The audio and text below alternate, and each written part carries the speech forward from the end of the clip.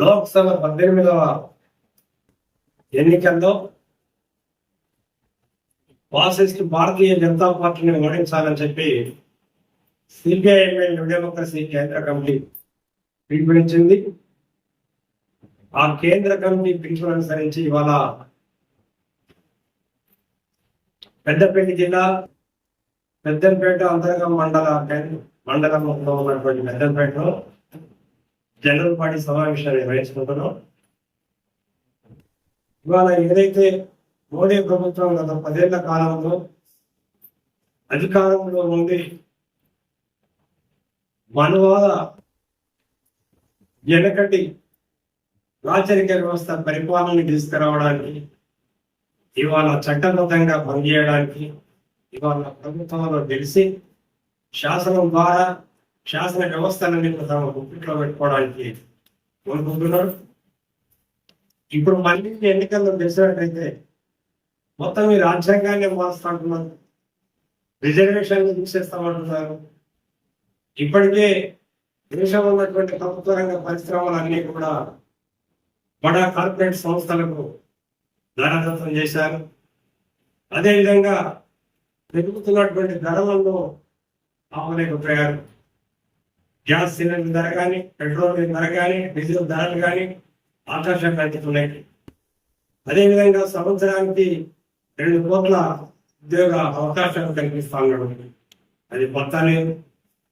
నల్లధనం స్విస్ బ్యాంకులో మన దేశస్తులు ఎక్కడైతే దాచుకున్నారో ఆ డబ్బు అంతా తిరిగి 15 లక్షల చొప్పున ప్రతి ఓటర్కు ప్రతి భారతీయుని ఖాతాను వేస్తామని చెప్పారు. అది కూడా అతిగా తెలియదు.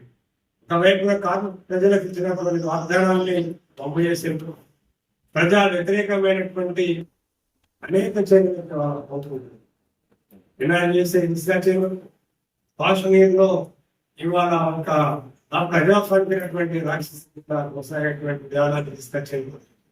అట్లనే వ్యవసాయ క్షేత్రాన్ని, వ్యవసాయ భూముల్ని ఇవాళ కార్పొరేట్ శక్తులకు అమ్మేటువంటి లేదా తాకట్టు పెట్టేటువంటి వ్యవసాయ భూముల్లో నల్ల చట్టాలను తీసుకురావడం జరిగింది. విద్యను కాషాయకరించారు. విద్య మొత్తం కూడా ఇవాళ వాస్తు లేదా ఇతర జ్యోతిష్య మార్గాల లేదా ఇతర పురాతనమైనటువంటి దాంట్లో విద్యా విధానాన్ని తీసుకురావటువంటి పరిస్థితిని మనం చూస్తున్నాం. వాళ్ళ దళితుల మీద దాడులు, అదేవిధంగా పోరాడుతున్నటువంటి రైతుల మీద దాడులు, ఇవాళ యూనివర్సిటీలలో ఈ మనువాద సిద్ధాంతాన్ని, హిందూ మతవాద చర్యలను వ్యతిరేకించినందుకు ఢిల్లీ లాంటి యూనివర్సిటీలలో, ఇతర యూనివర్సిటీలలో చాలా నిజాతినిజమైనటువంటి దాడులు చేస్తున్నటువంటి పరిస్థితి. అంటే ప్రజలు అనుభవిస్తున్నటువంటి వాక్ సభ జీవ ఏ హక్కులైతే జీవిత హక్కులు ఉన్నాయో ఆ హక్కుల పైన దాడి చేస్తున్నటువంటి పరిస్థితిని మనం చూస్తున్నాం. అంతేకాకుండా దేశంలో ఉన్నటువంటి బుద్ధిజీవులు, విజ్ఞానవంతులు, మేధావులు ప్రశ్నించినందుకు, ఇది ప్రజా వ్యతిరేక పరిపాలన, ఈ పరిపాలన మార్చుకోవాలని చెప్పి ప్రశ్నించినందుకు ఇవాళ వారిని దేశ వ్యతిరేకులుగా, దేశ ద్రోహులుగా చిత్రీకరించి ఇవాళ వారిపై అనేకమైనటువంటి ఉపా చట్టాలని పంపుతున్నటువంటి పరిస్థితిని చూస్తున్నాం. అంతేకాకుండా మేధావులను, రచయితలను, కవులను, కళాకారులను ఇవాళ ఈ మనువాద సిద్ధాంతకర్తలు ఎవరైతే బీజేపీ, బజరంగ ఆర్ఎస్ఎస్, ఏపీ సంస్థలన్నీ కూడా టార్గెట్ చేస్తూ వాళ్ళను అణిచివేసేటువంటి ముఖ్యంగా మనం చూస్తున్నాం. కర్ణాటకలో గౌరీ వెంకటేష్ కావచ్చు, అక్కడ బన్సార్ని కావచ్చు, కల్బుర్గిని కావచ్చు, అనేక మందిని వీళ్ళు ఇప్పటికే చంపేశారు. భీమా కోరేగావ్ కేసులో ఇటు వరవర మన రాష్ట్రానికి తెలంగాణ రాష్ట్రానికి విప్లవరచిత వరవరపై ఉపా కేసులు పెట్టి ఇప్పటికీ కూడా ఆయనను నిర్బంధించినటువంటి పరిస్థితిని మనం చూస్తున్నాం.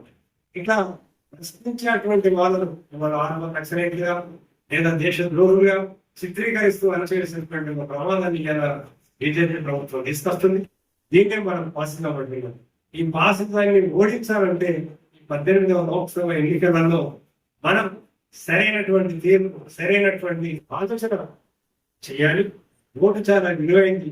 ఎక్కడో ఒకటి గెలుస్తాడులే మంచిది మనం ఓటు వేసినట్టయితే ఆ ఓటు రేపు మనం భక్తులపై కత్తిగా వేలాడినటువంటి ఒక ప్రమాదకరమైనటువంటి పరిస్థితిని మనంతటా మనమే తెలుసుకోవాలి.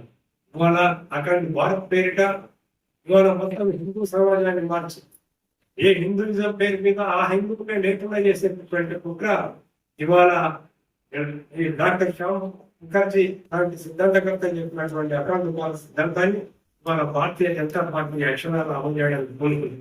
కనుక లౌకిక రాజ్యాంగంలో ఉన్నటువంటి మన రాజ్యాన్ని విచ్ఛిన్నం చేసి ఇవాళ క్రైస్తవులు ఉన్నారు, ముస్లింలు ఉన్నారు, సిక్కులు ఉన్నారు, అసలు ఇది హిందూ తప్ప మరెవరు ఉండదు అనేటువంటి హుకుం జారీ చేసి ఆయా రాష్ట్రాల్లో ముస్లింల యొక్క ఆస్తులపై దాడి చేస్తున్నారు, ముస్లింల్ని దేశద్రోహులుగా చిత్రీకరిస్తున్నారు, క్రైస్తవులపై వాళ్ళ చర్చిలపై దాడి చేస్తున్నారు. వాళ్ళు ప్రచారం చేసుకుంటే వాళ్ళ వీధులలో వాళ్ళకు వచ్చినటువంటి పరిస్థితి.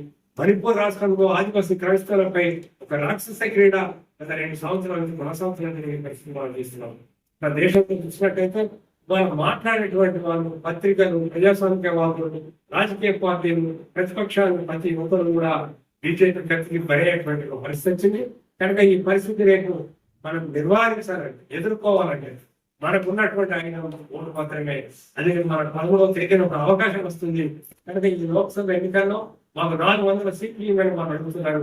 400 సీట్లు ఇస్తే మన భారతదేశాన్ని మరింత వాళ్ళు అందరికీ ప్రయత్నం చేస్తున్నారు. కనుక మనకి 400 కాదు కదా, మరో 40 సీట్లకు కూడా మనం ఇవ్వలేనటువంటి పరిస్థితి తీసుకురావాలి. ప్రజల్లో మనం విస్తృతంగా మనం ప్రచారం చేయాలి. రేపటి ఎన్నికల్లో దేశభక్తులు, ప్రజా ఉద్యమాన్ని బలపరిచేటువంటి లేదా ప్రజా ఉద్యమాలకు సాంఘికం గురించినటువంటి ప్రజల పక్షాన్ని నిలబడేటువంటి వ్యక్తులు, సంస్థలు ఎవరైనా ఉంటే వాళ్ళని మనం ఓటేసుకోవాలి. బీజేపీకి ఎట్టి పరిస్థితుల్లో కూడా ఓటు వెయ్యద్దని చెప్పి మనం ప్రజానికానికి ఓటర్ల వాడి కూడా విజ్ఞప్తి చేయాలి. ఈ 21 పార్టీ మీ అందరికీ